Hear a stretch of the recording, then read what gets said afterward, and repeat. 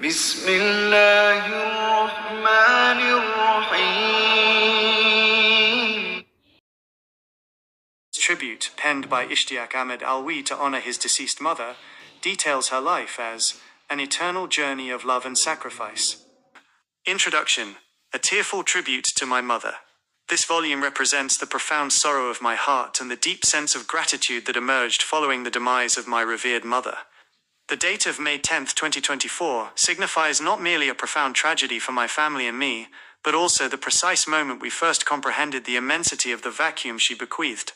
She has departed, yet she has entrusted us with a lasting legacy of fortitude, affection, and perpetual sacrifice, a portion of which I endeavor to safeguard within the pages of this book. This work is dedicated to the mutual sacrifices of both my father and mother, and notably to the unwavering, selfless devotion demonstrated by my eldest brother over a period of 46 years. The responsibility for his care, once considered a weight, is now a source of pride that has devolved upon me. Chapter 1. The Foundations of Sacrifice. The narrative of our existence commenced with the arduous circumstances following my mother's marriage, a time when the household's financial stability was so precarious that managing expenditures on the modest income of a single individual proved challenging. It was this constraint that necessitated my father's separation from us, compelling him to seek his livelihood in a foreign land. This determination was not easily made. For a young couple to endure the bitterness of separation and consecrate their most valuable years to living apart, constituted the primary and most significant sacrifice my parents made for their subsequent generations. My father journeyed overseas, and my mother single-handedly embarked upon the formidable task of raising 5 children. The years of her youth, which could have been dedicated to leisure, enjoyment, and social engagement, were exclusively committed by my mother to ensuring our future prosperity. Managing the household autonomously during her husband's prolonged absence, confronting every adversity with resilience, and ensuring her children were never conscious of her personal grief. This initial phase elevates my mother's life from that of an ordinary woman to a truly extraordinary figure. Chapter 2. The Ultimate Test of Fortitude. In the midst of the sorrow caused by my father's expatriation and the persistent financial struggle, a pivotal moment transpired that rigorously tested my mother's composure. This followed the birth of my eldest brother and the subsequent realization of the devastating truth that he was incapacitated due to a lack of mental equilibrium. Where society might have designated this child a liability, my mother declared him her most cherished offspring, her most delicate treasure. She never perceived any flaw in this child. Rather, she regarded him as a singular endowment from the Almighty. She accepted the reality of her obligation to care for this child with immense patience and mental strength. This duty was never treated as cause for grievance, but was embraced as an inherent component of her faith and love. During my father's absence, my mother functioned not merely as a maternal figure, but also concurrently assumed the roles of the household's head, the administrator, the educator, and the father. She provided us with instruction, guided our development, and instilled in us the principle that regardless of the circumstances, we must never relinquish our faith and resolve. She consistently shielded us, her children, from the financial strains arising from her husband's separation, maintaining a protective barrier. Throughout this commitment, she never once voiced a complaint regarding her husband's remoteness, nor did she articulate the severity of the hardships she endured in solitude.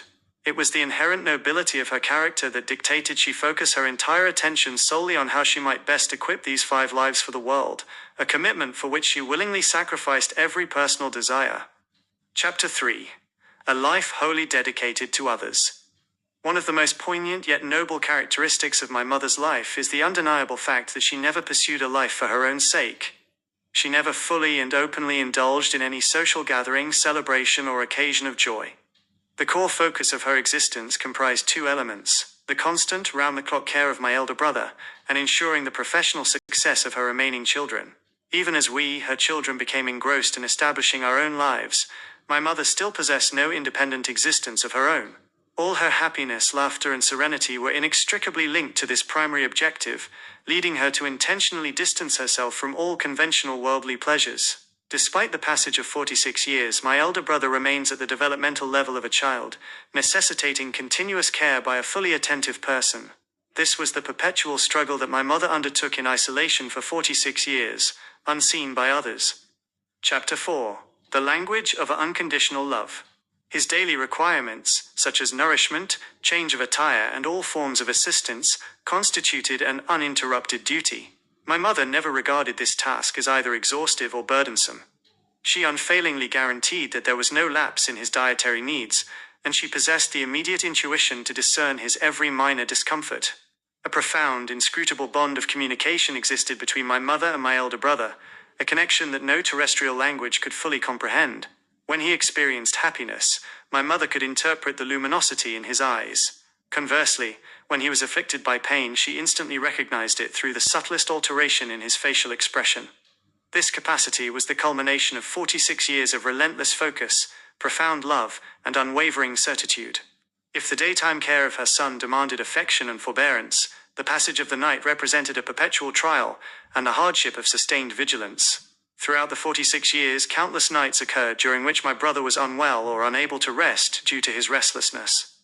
These were the nights that my mother spent with her eyes wide open.